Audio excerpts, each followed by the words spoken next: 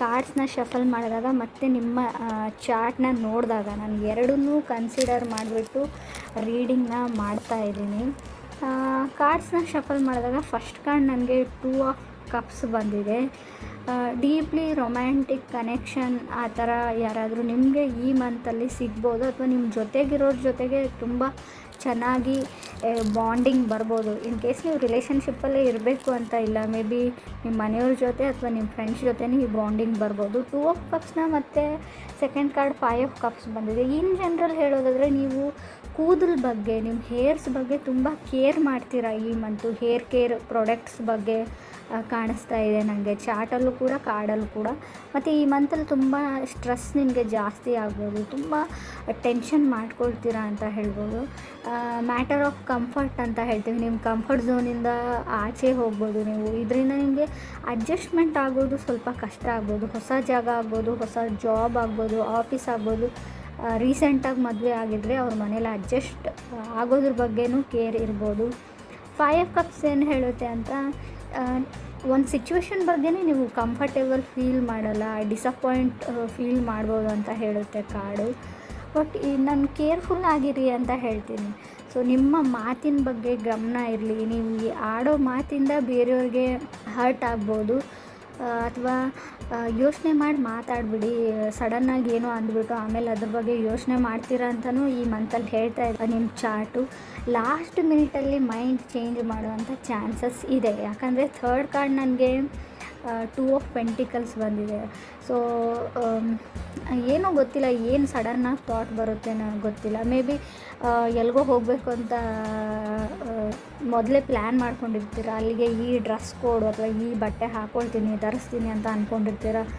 ಈ ಥರ ಹೋಗ್ತೀನಿ ಅಂತ ಅಂದ್ಕೊಂಡಿರ್ತಾರೆ. ಲಾಸ್ಟ್ ಮಿನಿಟಲ್ಲಿ ಅದೆಲ್ಲ ಚೇಂಜ್ ಮಾಡಿಬಿಟ್ಟು ಹೋಗೋವಂಥ ಚಾನ್ಸಸ್ ಕೂಡ ಇದೆ. ಬಟ್ 2 ಆಫ್ ಪೆಂಟಿಕಲ್ಸ್ ಏನು ಅಂದರೆ ಆ್ಯನ್ಸಿಸ್ಟರ್ಸ್ ಬ್ಲೆಸ್ಸಿಂಗ್ಸ್ ಅಂತ ಹೇಳ್ತೀವಿ. ನಿಮ್ಮ ಪೂರ್ವಜರು ನಿಮ್ಮ ಜೊತೆ ಇಲ್ಲದೇ ಇರೋರು, ಅವರು ಈಗ ಸದ್ಯಕ್ಕೆ ನಿಮ್ಮ ಜೊತೆ ಇರೋಲ್ಲ, ಅವರು ಪಾಸ್ಟ್ ಅವೇ ಆಗಿರ್ತಾರೆ ತುಂಬ ವರ್ಷಗಳ ಹಿಂದೆ. ನೀವು ನೋಡೂ ಇರಲ್ಲ, ಬರೀ ಫೋಟೋಲ್ಲಿ ನೋಡಿರ್ಬೋದು. ಆ ಥರ ಇರೋ ವ್ಯಕ್ತಿಗಳಿಂದ ನಿಮಗೆ ಬ್ಲೆಸ್ಸಿಂಗ್ ಸಿಗುವಂಥ ಚಾನ್ಸಸ್ ಇದೆ.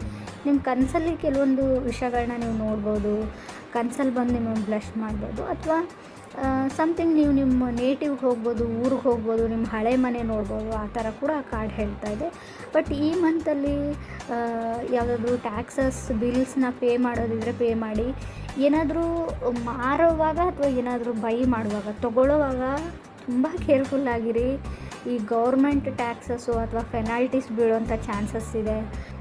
ಸ್ಟೆಬಿಲಿಟಿ ಇದೆ ನಿಮ್ಮ ವರ್ಕ್ ಲೈಫಲ್ಲಿ, ಕೆರಿಯರಲ್ಲಿ. ಅದು ತುಂಬ ಓವರ್ ವರ್ಕ್ ಮಾಡ್ತೀರಾ, ನಿಮ್ಮ ಮನೆಗೂ ಬರೋಕ್ಕಾಗಲ್ಲ ನಿಮ್ಮ ಕೆಲಸದ ಮಧ್ಯೆ ಅಂತ ಕೂಡ ಕಾರ್ಡ್ ಹೇಳ್ತಾ ಇದೆ.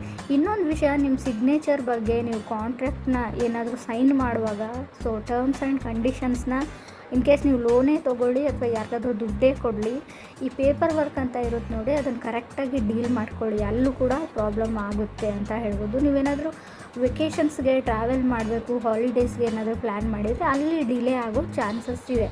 4th ಕಾರ್ಡ್ ನನಗೆ ಟವರ್ ಕಾರ್ಡ್ ಬಂದಿದೆ.